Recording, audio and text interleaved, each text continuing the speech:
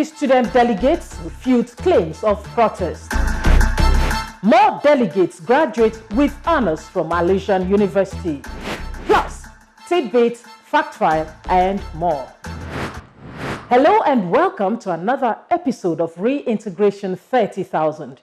My name is Stella Inamiti and I'll be your host for the next half hour as we glide through some keynote activities of the Presidential Amnesty Program in the recent past. This will be captured in our regular segments, which put together emphasize the impact of the Amnesty Program on the Niger Delta and Nigeria in general. We have lined up several interesting highlights for your viewing pleasure and ask that you stay put as we educate and enlighten you on the gains being achieved by the Presidential Amnesty Program. Let's begin with our segment, A Changed Story.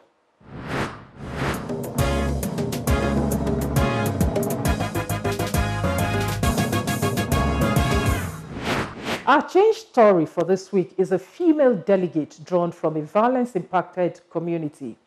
Though she has an appreciable level of education and had dreams, the Presidential Amnesty Program, however, gave her new purpose and inspired her hope for better socioeconomic standing.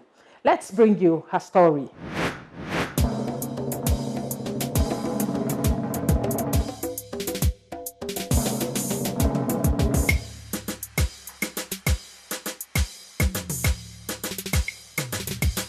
My name is Imo Ekweriko.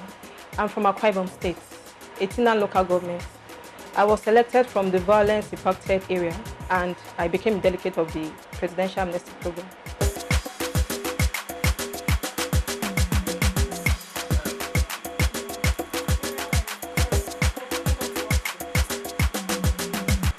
I am a graduate of Banking and Finance in University of Calabar. So after finishing my education, I've been seeking for a job I've not yet seen, so I wanted a plan B in life. So I decided to go into fashion because I love creating things with fabric, because clothing is a necessity of life. You can't do without clothing. So to create something and to teach people how to learn a craft. So that's what made me want to go into fashion.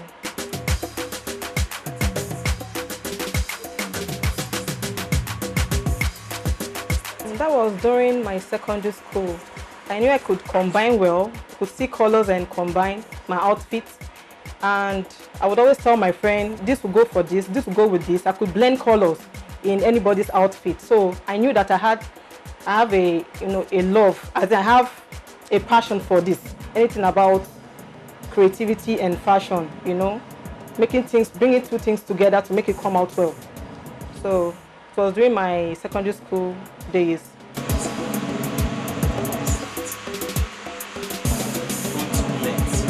Then, after I finished my university, I decided to go. I thought of going into fashion, but I didn't know how to start it. So looking for a job, I didn't have a job at that particular time, so I had to learn about fashion. When I heard about the Amnesty Program, and I didn't have capital to start my business as at then, so I showed my interest, and that was when I was now registered in the Amnesty Program. I was being trained in an institute in Port Harcourt.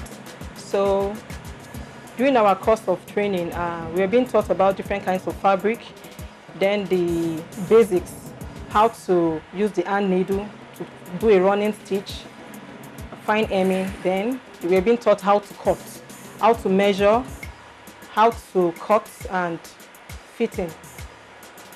And we were being taught that. Then how to create styles, depending on the kind of fabric you bring. You can see a particular fabric, then you know how to create something out of that fabric. So we have been taught about creativity and what can suit a particular shape, as in the build of a person. You could have a very big customer, a very fat customer, a very slim customer. So you know how you're going to, the kind of style that will suit that person. So we've been taught all those things.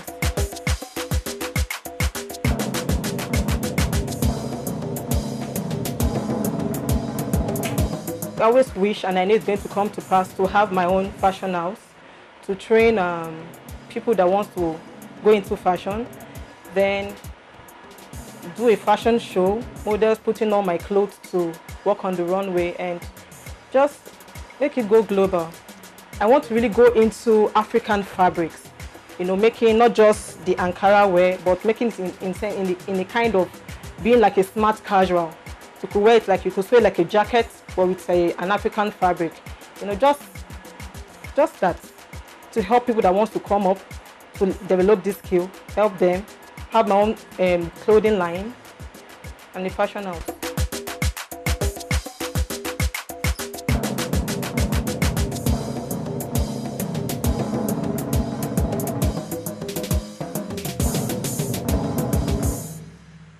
The creativity makes me stand out because there are lots of fashion designers, but how you can create something out of a fabric that makes you stand out. You know, the uniqueness of your design makes you stand out. I really learned a lot in my training. It's really made me who I am today. Now, even though I'm not having a white collar job, but I am very okay. I'm comfortable. I have the opportunity to train some youngsters in the fashion world. So even though this is my humble beginning, and I really appreciate the Presidential Amnesty Program because they really assisted me to achieve my dream.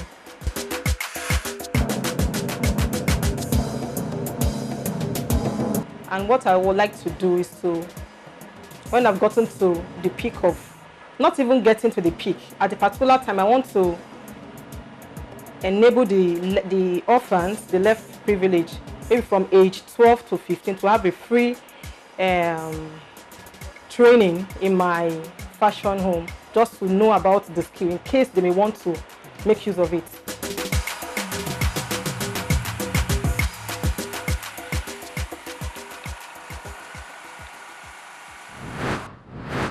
Imon's dream to someday have models and celebrity sporter designs on the walkway of major fashion shows is attainable, provided she continues to work towards achieving those goals that she has set for herself.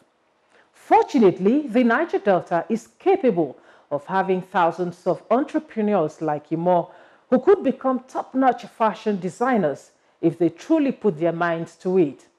This is even more so as the Presidential Amnesty Office continues to partner with groups and organizations who have brought in expertise to groom young men and women from the Niger Delta in vocations such as fashion design, shoemaking, and other fashion accessories.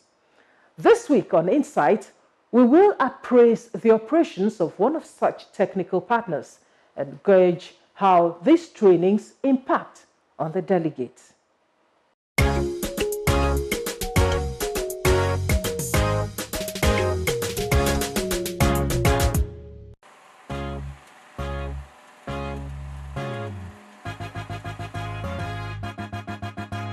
The delegate is usually the focus of attention for technical partners of the Presidential Amnesty Program.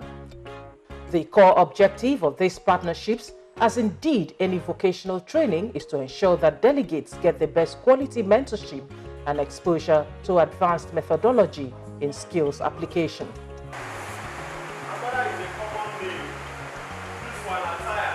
This particular institute specializes in fashion design. It is a consulting firm that has already trained hundreds of delegates from the Presidential Amnesty Program.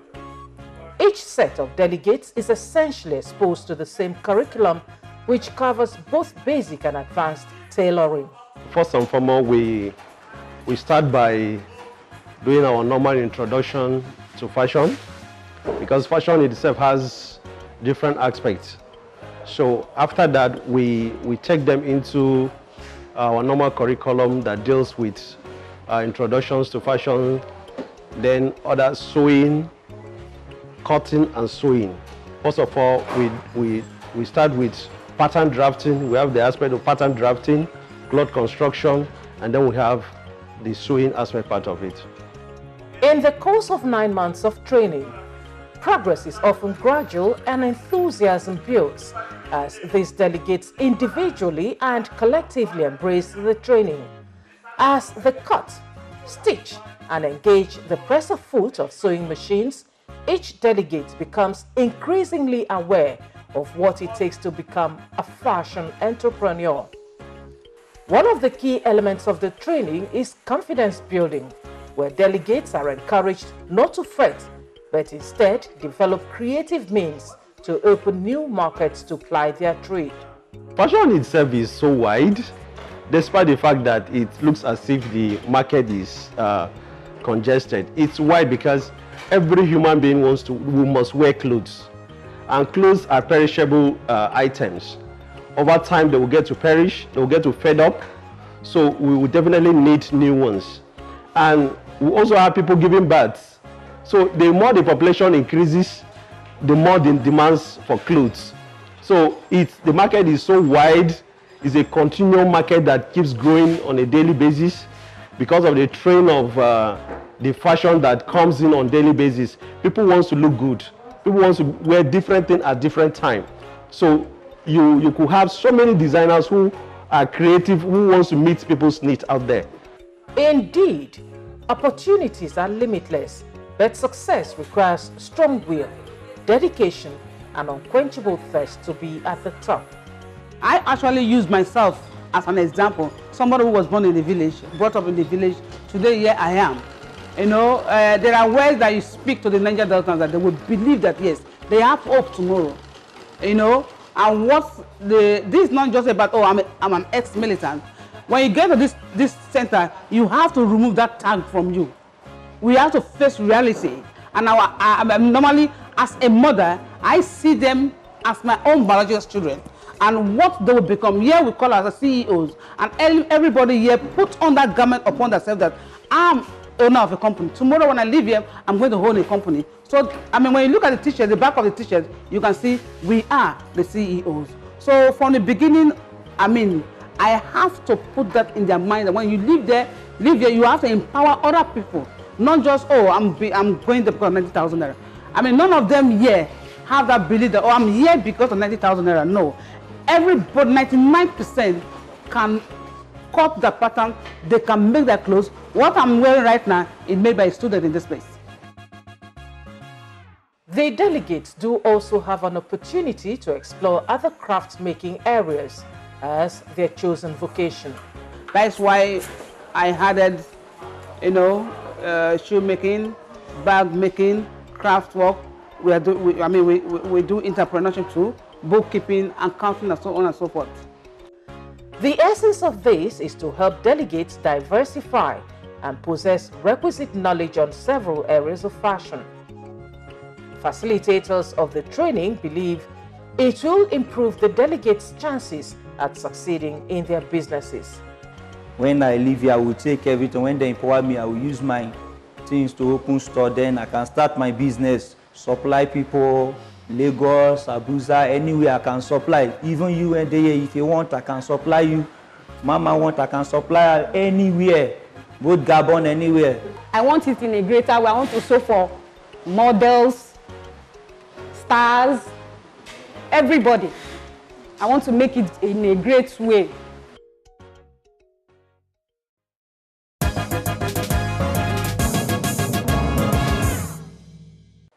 You're watching Reintegration 30,000, and up next is our segment Talking Point. Our guest on this episode is the advisor on special duties in the Presidential Amnesty Program Office. He is Ken Ehige. Welcome to the program. Thank you very much. Please give us your impression of the Presidential Amnesty Program as an interventionist security project and one that has created opportunities for young people in the region. Thank you. The Presidential Amnesty Program is essentially a conflict resolution mechanism. And so far, the program has achieved the original aim, you know, of establishing it. And that is the security stabilization of the region. Would you agree that these achievements make the amnesty program stand out as a success so far? And what do you think should be done to sustain the current level of success? Okay. The program came into being in 2009. And since then, government engaged various institutions of higher learning, both overseas and locally. And then vocation training centers, also locally and overseas, to train the ex-agitators. And, since then till now, approximately 28,000 beneficiaries have benefited, from the Presidential Amnesty Program by way of vocation training or the formal education. And besides that, there's also a very robust empowerment program that we also embark on in this office. Because after training them, then what? We are aware of the challenges of job placement in this country. And for that reason, after training the beneficiaries, we go beyond that to essentially establish businesses for them. And the post-training department of the Presidential Amnesty Program cater for that. In that empowerment program, more than 4,000 beneficiaries, have their businesses established for them. And with their hands out, business registration, business premises, and we follow them up on it. We mentor them on it, and many of them are doing very well, and they're even employers now themselves. Just before we go, can you quickly tell us what your expectations are for the Niger Delta region in terms of development, perhaps in the next 10 years? Essentially, the current administration, ably led by President Muhammadu Buhari, is committed to the sustenance of Presidential Amnesty Program until all beneficiaries are successfully reintegrated and become very productive citizens, in the country. Now, even during the recession, the government tried as much as possible to sustain the program and keep it running. And vocation training was still going on. All our obligations to our foreign students are being met. And then the local students, their vocation training, and those of them in schools, all this training will be sustained by the government. In addition to that too, the Presidential Amnesty Office will be going on the road show in collaboration with the Minister of State for Petroleum Resources. The road show is essentially to sensitize the Niger Delta people on the 7 big wins. The 7 big wins of the current administration, which is at the core of the new vision for Niger Delta. The new vision of Niger Delta, was worked out in collaboration with the leadership of the Niger Delta people, especially this time represented by the PANDEF group, with which the interministerial committee headed by the Vice President himself has been working.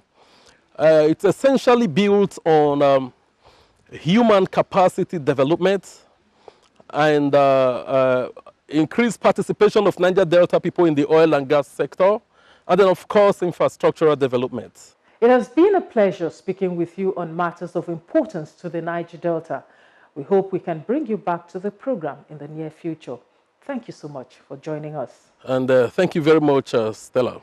Ken Ihige is the advisor on special duties in the Presidential Amnesty Program Office and a social commentator.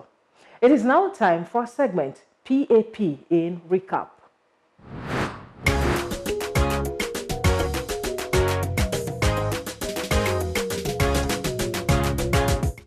The Special Advisor to the President on Niger Delta and Coordinator of Presidential Amnesty Program, Brigadier General Paul Buru, has again stressed the relevance of education to sustaining peace and fast-tracking meaningful development in society.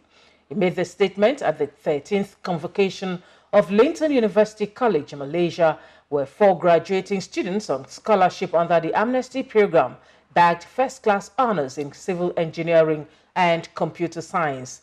General Boro noted that education helps in building economies and urged the new graduates to apply skills garnered from their studies to equip themselves for society's diverse challenges. The Linton University College is an affiliate of Leeds Beckett, Coventry, and the University of East London, all in the United Kingdom. Meanwhile, representatives of student delegates under the Presidential Amnesty Program currently studying in the United States of America have distanced themselves from any planned protest over payment of stipends, allowances, and tuition fees. The student leaders, in a signed statement, revealed that tuition fees for their studies have been paid and allowances have also been paid up till the month of September 2017. The statement added that assurances have been given by the Amnesty Office for the payment of the October and November allowances in the next couple of days. The scholarship delegates applauded President Muhammadu Buhari and urged him to continue with his development blueprint for the Niger Delta. It is not true. Allowances have been paid up to date, and the office is not owing us, and the office is taking good care of us. So the issue of protests here and there, especially in Russia, has nothing to do with Amnesty students. It has nothing to do with Amnesty students. And lastly, elder statesman and Ijaw leader Chief Edwin Clark has sued for continued dialogue, peace, and good faith by all parties negotiating peace and the new vision for the development of the Niger Delta. Chief Clark made the appeal when a delegation of the federal government led by the Special Advisor to the President on Niger Delta, Brigadier General Paul Boro, visited him in his Abuja home. He was speaking against the backdrop of recent threats of pipeline bombing made by a group identified as Niger Delta Avengers. He said government is quite serious about negotiating the terms contained in the development blueprint for the region and should be given the opportunity to demonstrate good faith.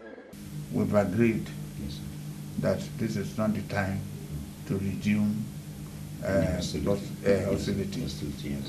That it is true the federal government has not been serious enough, but it's also true that we have been meeting occasionally. So the boys should maintain peace, remain patient while we are dealing with them.